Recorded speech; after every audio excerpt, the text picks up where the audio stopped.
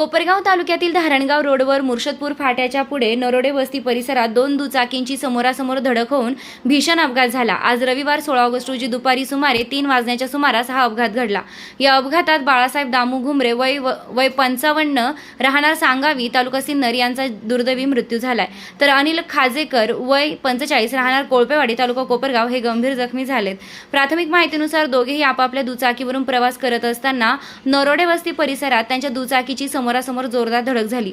धडकेनंतर दोघांनाही तातडीने उपचारासाठी रुग्णालयात हलविण्यात आलं। अपघाताची माहिती मिळताच कोपरगाव तालुका पोलिसांनी घटनास्थळी धाव घेत प्राथमिक माहिती घेतली। बाळासाहेब घुमरे यांना अमित खोकले यांच्या रुग्णवाहिकेतून कोपरगाव ग्रामीण रुग्णालयात दाखल करण्यात आलं, मात्र डॉक्टरांनी त्यांना मृत घोषित केलं। दरम्यान गंभीर जखमी अनिल खाजेकर यांना संजीवनी उद्योग समूहाच्या रुग्णवाहिकेतून कोपरगाव येथील खासगी रुग्णालयात उपचारासाठी दाखल करण्यात आलं।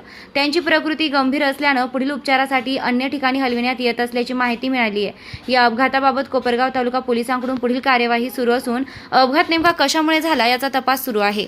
निर्भीड न्यूज, योगेश डोके, कोपरगाव।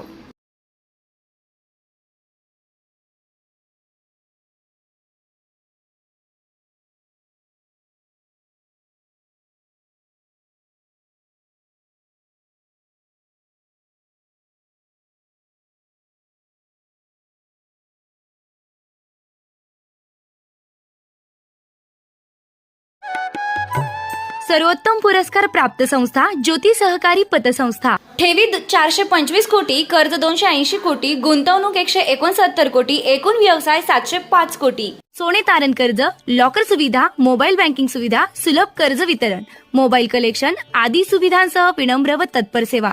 महाराष्ट्रातील एक अग्रगण्य संस्था ज्योती सहकारी पतसंस्था कोपर।